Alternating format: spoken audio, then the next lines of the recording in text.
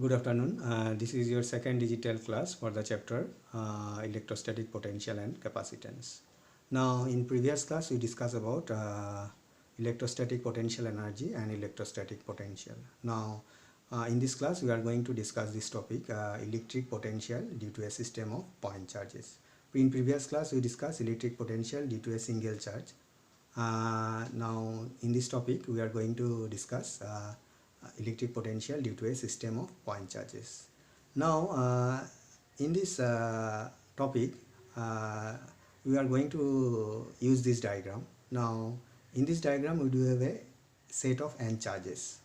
Now, the charges specified as your Q1, Q2, Q3, and finally, you do have Qn. So, from Q1 to Qn, you do have many charges, but for simplicity in the figure, we are considering Q1, Q2, Q3 and last charge, that is your nth charge, that is your Qn.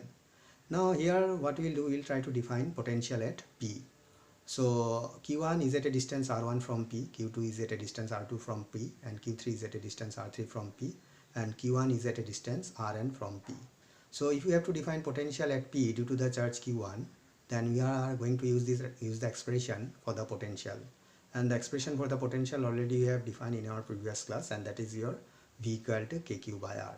So if potential at P we have to define for the charge Q1, then the expression will be your V1 equal to KQ1 by R1.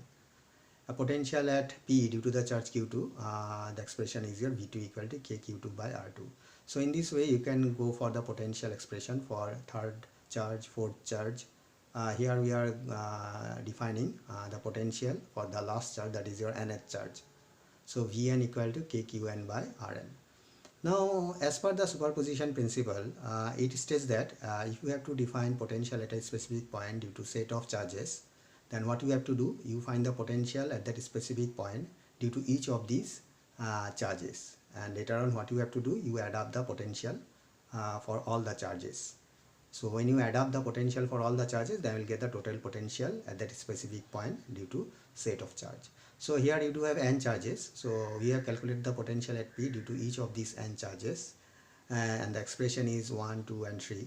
So if you have to define potential at P due to these n charges, what you have to do, you have to sum up V1, V2 plus dot dot Vn.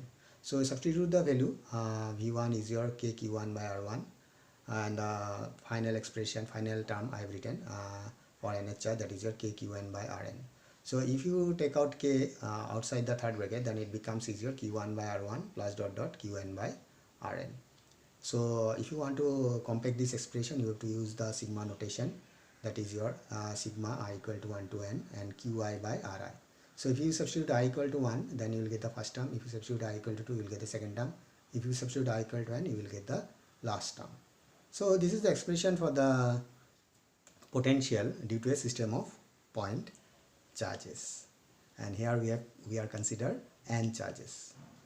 Now next topic, let me try to define this topic, electric potential in terms of position vector. So if you have to define electric potential in terms of position vector, then you have to draw this diagram. So this is your coordinate system. This is your x-axis, y-axis, z-axis, and R1 vector is a position vector for charge Q1. Here we are considering n charges, but for simplicity in the diagram, we have shown here only the charge Q1 and the last charge, that is nth charge. And the position vector for Q1 is your R1 vector, and position vector for Q1 is your Rn vector. Now what you have to do, you have to define potential at P, and the position vector for P is your R0 vector. So if you have to define potential at P due to the charge Q1, then we have to consider the distance from the charge Q1 to the point P, and the distance from the charge Q1 to the point is your modulus of R vector. So if you see the previous class, you will see the distance is measured from the source charge to the specific point where you have to define the potential. So here the source charge is your Q1 and the specific point is your P. So if you have to represent this distance in terms of vector, then it becomes R vector, and R vector moves from Q1 to P. So the length is nothing but the modulus of R vector. So if you have to apply triangle law, what you have to do, you have to consider R1 vector plus R vector equal to R0 vector, because triangle law says that if three vectors are represented by the three sides of a triangle taken in three sides of a triangle, then the sum of the two vectors which are in same direction should be equal to the third vector which is in opposite direction. So r vector, r1 vector and r vector, they are in same direction. So sum of these two is equal to the third vector, that is your r0 vector. So r vector equal to comes out r0 vector minus r1 vector. Now if you have to define potential at P due to the charge Q1, then it comes out to be your KQ1 by modulus of R vector. So modulus of R vector is your R0 vector minus R1 vector with the modulus sign. So potential at P due to the charge Q2 comes out similarly KQ2 modulus of R0 vector minus R2 vector modulus. So in this way you can define potential for third charge, fourth charge. I have calculated the potential for the final charge, that is nth charge. It comes out to be your KQN divided by R0 vector minus Rn vector modulus.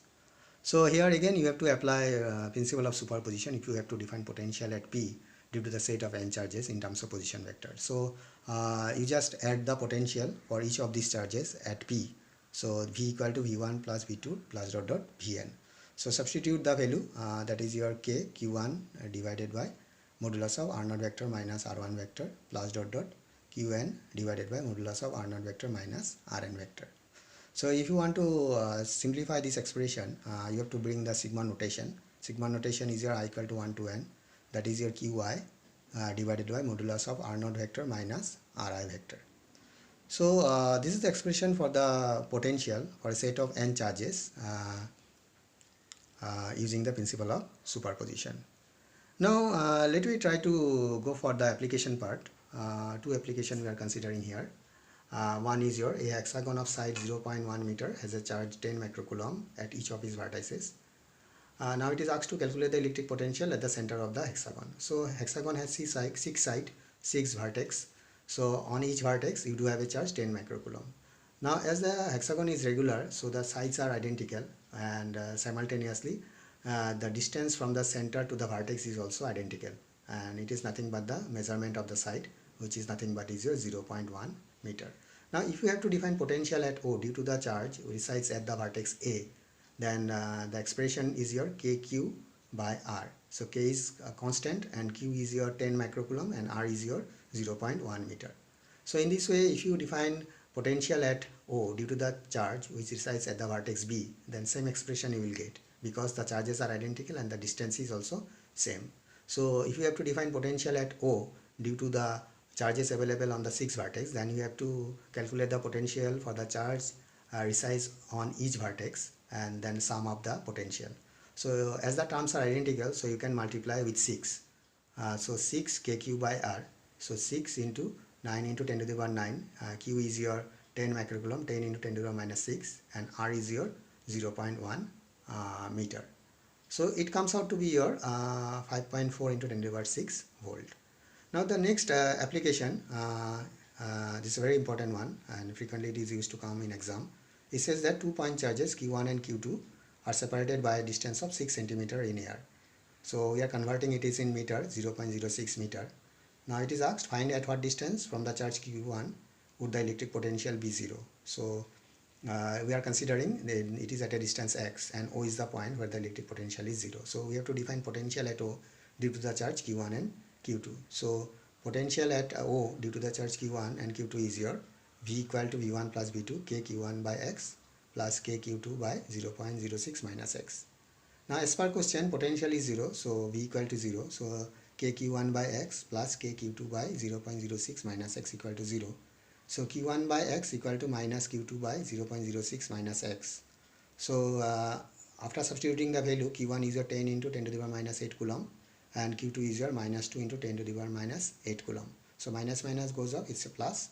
So 10 to the power minus 8 goes off, so 10 by x equal to 2 by 0.06 minus x. So on cross multiplication, 10 into 0.06 minus x, 2 into x.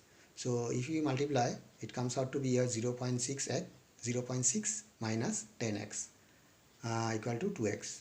So 0.6 equal to 12x, so x equal to 0.6 by 12. So if you simplify, it comes out to be your 0.05 meter or 5 centimeter. So potential is 0 from the charge Q1 at a distance 5 centimeter from the charge Q1. and specific point is your O, because x comes out to be your 5 centimeter and the total distance is your 6 centimeter. So it is from 5 centimeter from Q1 and 1 centimeter from Q2, where the potential is, electric potential is 0. So once I'm leaving on you, please go through this one and try to calculate.